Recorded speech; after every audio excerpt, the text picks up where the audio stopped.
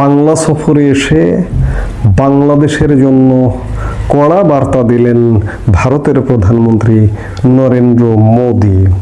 শুক্রবার বিকেলে 3 ঘন্টার কিছু বেশি সময়ের জন্য ভারতের প্রধানমন্ত্রী নরেন্দ্র মোদি পশ্চিমবঙ্গের রাজধানী কলকাতা সফরে এসেছিলেন।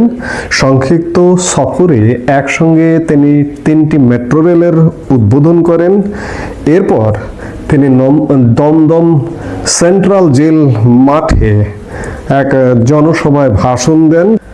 দমদম সেন্ট্রাল জেল মাঠে পরিবর্তন সংকল্প যাত্রা সভায় নিজের ভাষণে মোদি বলেন, তৃণমূল কংগ্রেস এবং ইন্ডিয়া জোটের কিছু দল ভোট ব্যাংকের রাজনীতির জন্য অনুপ্রবেশকারীদের তোষণ করছে। এর ফলে সীমান্তবর্তী অঞ্চলে ডেমোগ্রাফি পাল্টে যাচ্ছে, কৃষকদের জমি ও আদিবাসীদের জমি দখল হচ্ছে। দেশ এটা সহ্য করবে না, অনুপ্রবেশকারীদের তাড়াতেই হবে, আর এজন্য তৃণমূলকেও বিদায় নিতে হবে। 2026 সালে পশ্চিমবঙ্গ বিধানসভা নির্বাচন অনুষ্ঠিত হবে।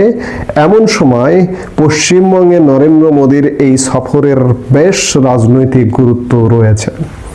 দীর্ঘদিন যাবৎ শাসক দল বিজেপির পশ্চিমবঙ্গ বিধানসভা ভোটের মাধ্যমে দখলের একটি প্রচেষ্টা অব্যাহত আছে। সেই প্রচেষ্টারই অংশ হিসেবে গতকাল শুক্রবার পশ্চিমবঙ্গে বিশেষ করে কলকাতায় তিনি মেট্রো রেলের উদ্বোধন করেন এবং বেশ কিছু উন্নয়ন প্রকল্পের উদ্বোধন করেন, যেটি পরিমাণ প্রায় 5,000 কোটির উপরে। এবং সেই উদ্বোধন অনুষ্ঠানেরই একটি জনসভায় প্রধানমন্ত্রী নরেন্দ্র মোদি ভাষণ দিয়েছেন এবং সেই ভাষণে অনুপ্রবেশকারীদের উদ্দেশ্যে কড়া হুঁশিয়ারি উচ্চারণ করেছেন প্রধানমন্ত্রী নরেন্দ্র মোদি। দীর্ঘদিন ধরে বিজেপি শিবিরে একটি কথা প্রচলিত আছে যে শুধুমাত্র ভোটের রাজনীতির কারণে পশ্চিমবঙ্গের রাজনীতিতে তৃণমূল কংগ্রেস অবৈধ অনুপ্রবেশকারীদের আশ্রয় দেয়, প্রশ্রয় দেয়। এই অবৈধ অনুপ্রবেশকারীরা কোথা থেকে আসবে? নিশ্চয়ই পশ্চিমবঙ্গ লাগোয়া বাংলাদেশ থেকে যাবে বা বাংলাদেশ থেকে যায়।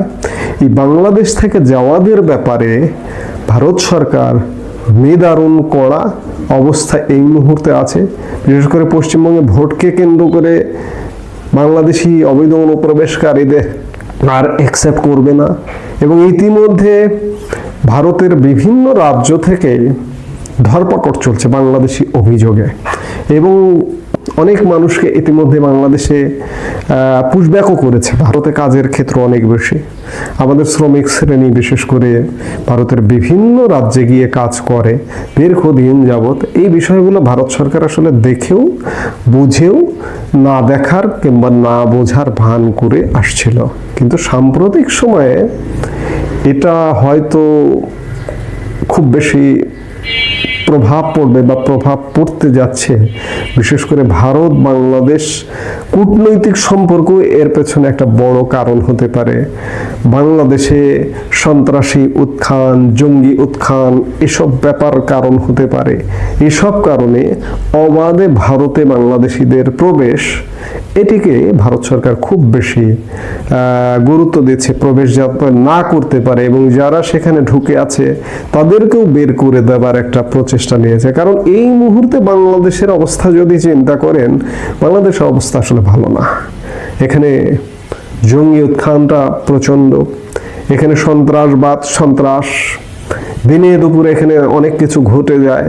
মানে সামাজিক অস্থিরতায়, বিশৃঙ্খলায় ভরপুর একটা বাংলাদেশ। এটা একটা প্রকৃতির রাজ্য হয়ে গেছে। এই প্রকৃতির রাজ্যের টাচ, ছোঁয়া ভারতের কোনো রাজ্যে লাগুক নিশ্চয়ই ভারত সরকার চাইবে না। তার প্রেক্ষিতেই ভারতের প্রধানমন্ত্রী নরেন্দ্র মোদি অনুপ্রবেশকারীদের নিয়ে কড়া বার্তা দিয়েছেন গতকালকের বক্তব্যে। আবার যারা বৈধ ভারতগামী তাদের উদ্দেশ্যেও ইতিবাচক বার্তা দিয়েছেন নরেন্দ্র মোদি। আবার পশ্চিমবঙ্গের স্বয়ং মুখ্যমন্ত্রীর বক্তব্য হচ্ছে যে বাংলাভাষী হবার অভিযোগে, বাংলাভাষী হলেই তাকে বাংলাভাষী হিসেবে ট্রিট করা হচ্ছে। কিছু কিছু ক্ষেত্রে এমনটাও দেখা গেছে, যেমন বাংলাদেশ সীমান্ত দিয়ে প্রবেশ করানোর পরেও দেখা গেছে যে তারা ভারতীয়, তারা নিম্ন বর্ণের, নিম্ন আয়ের, তাদেরকে আইন শৃঙ্খলা বাহিনী ধরে বাংলাদেশ সীমান্ত দিয়ে প্রবেশ করিয়ে দিয়েছে। এমনটা হয়েছে, কিন্তু বেশিরভাগই অনুপ্রবেশকারী, তাতে কোনো সন্দেহ নেই। ভারত এবং বাংলাদেশ যেহেতু সীমান্ত লাগোয়া দেশ, তাতে খুব স্বাভাবিকভাবে বাংলাদেশের বিশেষ করে শ্রমিক শ্রেণী, পরিযায়ী শ্রমিক শ্রেণী ভারতের বিভিন্ন রাজ্যে গিয়ে কাজ করে। এই কাজ করাকে বর্তমান সময়ে ভারত সরকার খুব ভালোভাবে নিচ্ছে না এবং বেশ কড়াকড়ি আরোপ করছে। ইতিমধ্যে অনুপ্রবেশকারীদের ফেরত পাঠানো হচ্ছে। দু একটা বিচ্ছিন্ন ঘটনা হয়তো ঘটেছে যে বাংলা ভাষী, তারা পশ্চিমবঙ্গের বাসিন্দা, কিন্তু বেশিরভাগই আসলে অনুপ্রবেশকারীকে বাংলাদেশে ইতিমধ্যে ফেরত পাঠিয়েছে, পাঠানো চলছে, চলমান প্রক্রিয়া। এই চলমান প্রক্রিয়ার মধ্যেই প্রধানমন্ত্রী নরেন্দ্র মোদী পশ্চিমবঙ্গে এলেন এবং বার্তা দিলেন যে অনুপ্রবেশকারীদের আর গ্রহণ করা হবে না। এটা খুব স্বাভাবিক যে বাংলাদেশের তুলনায় মেট্রো উদ্বোধন করবার প্রাককালে, বিশেষ করে দমদম বিমানবন্দর থেকে কলকাতার নিউ মার্কেটে পর্যটকরা খুব সহজে যাতায়াত করতে পারবে, এই কথাগুলো বলেছেন। অর্থাৎ বৈধ বাংলাদেশিদের জন্য কোনো আপত্তি নেই, সমস্যা নেই, কিন্তু অবৈধ অনুপ্রবেশকারী এবং এই অবৈধ অনুপ্রবেশকারীদের আড়ালে তৃণমূল কংগ্রেসের ভোট ঢুকছে কিনা, কিংবা সেখানে দখলদারিত্ব কায়েম হচ্ছে কিনা, সেখানে আরেকজনের ওখানকার কর্মজীবী মানুষের কর্মর ভাগ বসানো হচ্ছে কিনা, সেখানে ভূমি ভাগ বসানো হচ্ছে কিনা, এই বিষয়গুলোতে সিরিয়াস ভারত। আগের আমলে, বিশেষ করে বাংলাদেশের সরকার পরিবর্তনের আগে এতটা সিরিয়াস ছিল বলে মনে হয়নি, কিন্তু এখন অনেকটা সিরিয়াস। সেই সিরিয়াসনেসেরই একটা বার্তা দিলেন প্রধানমন্ত্রী নরেন্দ্র মোদী গতকাল কলকাতা সফরে এসে।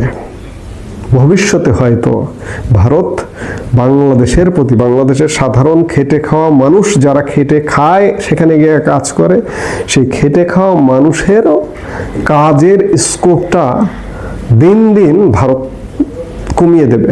ভারতের কাজের সুযোগটা, ভারতে আসলে বৈধভাবে বাংলাদেশিরা গিয়ে সেখানে চাকরি করবার সুযোগ নেই, চাকরি করে না আসলে, কারণ সেখানে যথেষ্ট দক্ষ জনশক্তি আছে, বাংলাদেশিদের প্রয়োজন হয় না। বাংলাদেশি শ্রমিকরা সেখানে অবৈধভাবে গিয়ে কাজ করে, অবৈধ অনুপ্রবেশ করে, বসবাস করে, সেগুলো মোটামুটি বন্ধ হয়ে যাবে আগামী দিনগুলোতে। এটি তারই একটি সিগন্যাল, প্রধানমন্ত্রী নরেন্দ্র মোদীর এই বার্তা। এই মুহূর্তে এ পর্যন্ত। সবাই ভালো থাকুন, সুস্থ থাকুন।